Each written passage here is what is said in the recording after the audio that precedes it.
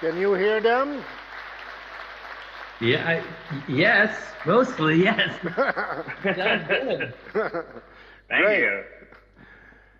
So, it's a great pleasure to have you, Mike, Chris, and Phil, today for this short conversation after the screening of The Mitchells versus the Machine. Tell us a little bit about the genesis of this project. Sure, I could take that if you guys can hear me. I think it sort of started with I can hear myself. That's okay. I'm gonna just push through. But it started with basically I tried to take the thing that I love the most in the world, which is my crazy family, and sort of tell a story about them that was like as authentic as it could be. So I actually, instead of coming up with a wild new family, I just stole the details from my own real family. And my dad is sort of this technology-hating, nature-loving lunatic, and wanted to sort of make a tribute to them and sort of be really specific in all those details and stuff. Is there a way that I might not be able to hear myself? It's okay if it's okay if I can't. There's probably 100 people in the theater here who felt misunderstood like Kathy Mitchell in their own family, and you can count me in. So is this, is this something all of you experienced? I was very cool and totally accepted. I was the quarterback of the American football team and had no social problems. So I actually don't even understand the movie. It was really embarrassing when he would give us swirlies and call us names and bully us. I'm a big bully. I'm sure we all. I mean, everyone in our it's everyone that I know and condescended to be friends with me feels like an outsider. And I would venture to say that even the insiders feel like outsiders. I think that's why this movie resonates. Chris? Yeah, we all started off as weirdo filmmakers and artists as kids, and with friends and family who didn't fully understand us, but we had the love and support of our parents, even if they didn't fully get what we were doing or up to. And so that's why I felt an intimate connection with what Mike was doing. And when Phil and I came on board about 3 years ago on this project, there's already an amazing core of amazing characters, and so it was really easy to love and relate to. Yeah, and I think everyone wants to, sort of connect with their parents and show them no, this is good, right? And even if they don't understand it at first, that was certainly my journey of sort of eventually my dad sort of coming around, and I found it so sweet that we just wanted to sort of pay tribute to. This is one of the funniest films I watched recently, and there is also a very serious matter in the film, the rebellion of the artificial intelligence. It was already at the core of Stanley Kubrick's 2001. So at which point do you consider the film would help or could help the viewers to think about this question? That's a good question.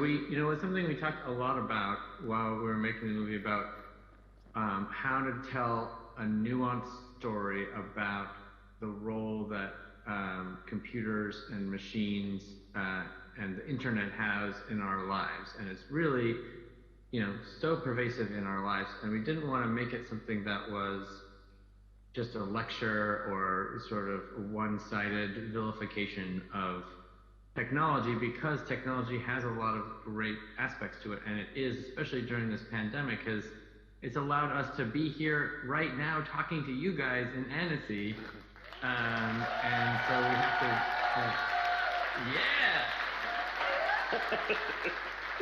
so we have to appreciate, all of the amazing things that it's done, and it has, been a boon for creative artists as well, and Katie sort of represents all of the great things that technology can bring, but it also has a downside too, and in ways that is bringing us together. In some ways, it's also pulling us, and so we wanted to make sure that we're having a full and robust conversation about its role in our society, and not say phones are bad, we should all not use them, but that maybe we should think about how we use them, and be a little bit more smart about the way that we're using technology.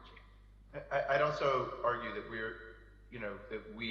that technology is something that is our child, that we created, and that is now an adult, and we now live with and have a relationship with, and it's here to stay, and we have to have a healthy relationship with it. The way you use the doodles is one of the most original aspects of the film aesthetic. And I would like to know how came this idea and how you dealt with it during the creative process. Because it looks like something you can really do or paste only at the editing stage. So I really would like to hear you about that. Well, when we were starting making the movie, that was just sort of like an idea that was like, we were so excited that like someone let a bunch of lunatic film students make an animated movie at a big studio. We're like, we could do anything. And we got really excited about like mixed media. And since the movie was about a filmmaker and this is the type of things that we did when we were kids, we were like, okay, well, what if we had Katie sort of express herself on the actual, sort of frame of the film, sort of like she's editing the movie herself. And we got really excited about it, but it didn't really work until we realized that you could use that as a tool to understand Katie better as a character. So when the doodles were reflecting her emotion, it got really exciting. And sort of to your question, we tried not to plan for the doodles. We would actually just have our team, Lindsay Oliveras and Lily Nishida and Alice Lemma, would just doodle on the frames after we'd finished them, and then we'd try them out in editorial and see like, oh, this one really works and it's exciting, and since Katie's excited and I'm seeing, confetti shooting out of her hands, I get it, and it's like adding to the movie.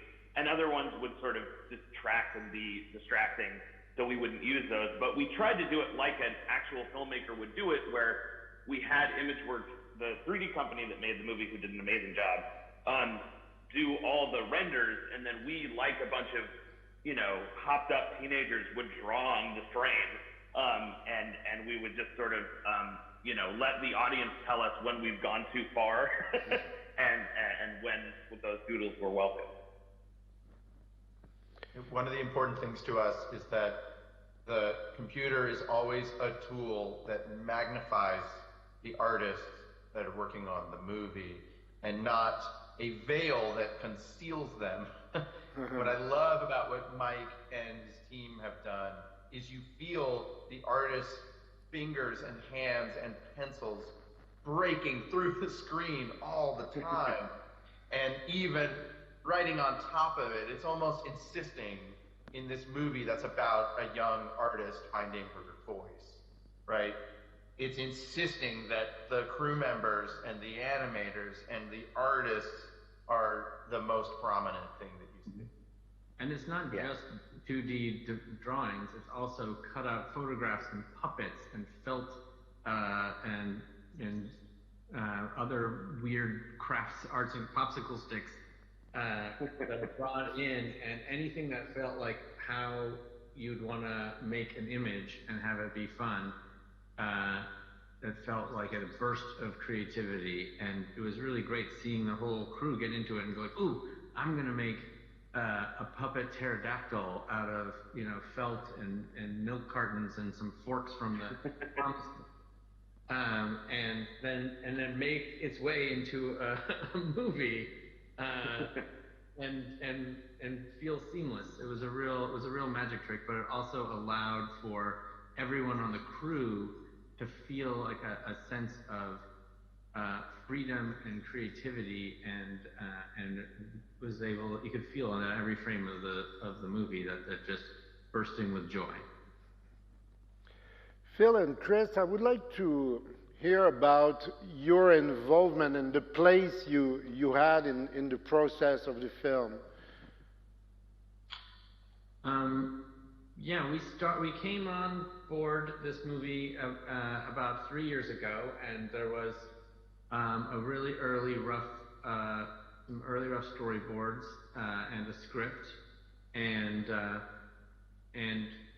we had known Mike from in the hallways of Sony Animation. We were working on Spider-Verse at the time, and it seemed like he was a mad genius working on this crazy thing, and they showed it to us, and we could tell right away that it had everything that we thought was important in a movie, which was it was funny, authentically funny. It had its own voice, and it had a lot of heart and real emotions, and it cared about that type of stuff. And those are two things that are really, really hard to do well, and both of them. And so and they asked us to come on and help out and try and make it be the best movie it could be, and we were excited because we could tell that Mike was a really special talent. And so we came on board, and we warned him that it was going to get worse before it got better, because we were going to need to sort of reconstruct the story and then put it back together so to make sure that it worked in its best form. And Mike and Jeff were really up for the challenge, and they did, and the movie became even better and stronger, and we all worked on it for many many years, and it was great. And mostly we were there to say, like, what do you want to do? What do you want to say? How can we say this in a way that's more interesting and more special? And what do you want this to look like? And don't feel beholden to make it look like every other movie. Make it look like the movie you want it to look like, and try to block and tackle to make sure that they had the freedom to make the movie look and feel the way that they felt was the best. And when they tell you that can't be done, they're lying, Mike.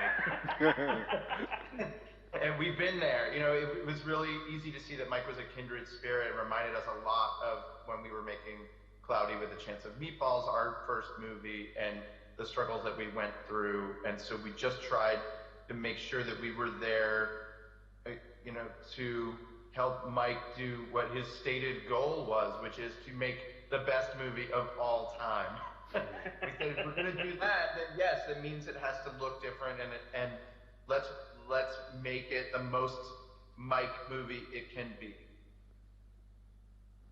No, it's true. It was, just to chime in very briefly, it was like a real dream come true, where the two of my cartoon heroes were like, do you want us to help you make your movie better? And I was like, yeah, that'd be great.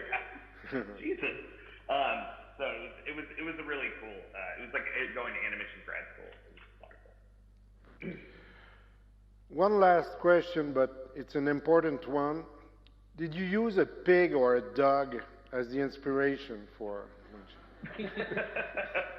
That was a real dog, and it was a dog, unfortunately. I wish it was like a hybrid or a loaf of bread, but there was a real, my sister had a dog named Monchichi, who was very sick, but very lovable, and sort of like, the thing I loved about Monchi is that he sort of had the energy of the family. He's sort of like a mascot for the family, and that he's really enthusiastic and trying his best, but is kind of coming up short, but is like fighting against his own flaws the whole movie. And so he kind of became like a mascot for the Mitchells themselves, just like Monchi was a mascot for our insane family.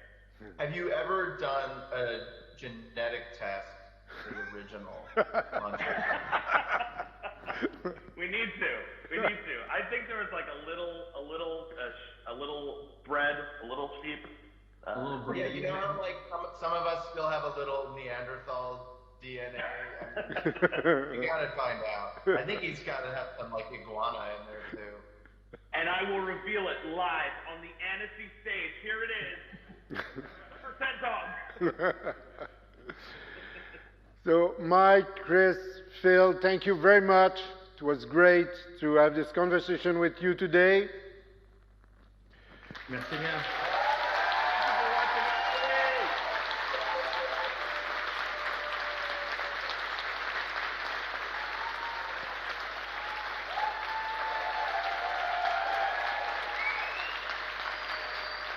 And we hope to have you in person next year, here in Annecy. Oh man, we wish. I hope so too. Okay, bye-bye. We'll see you next year.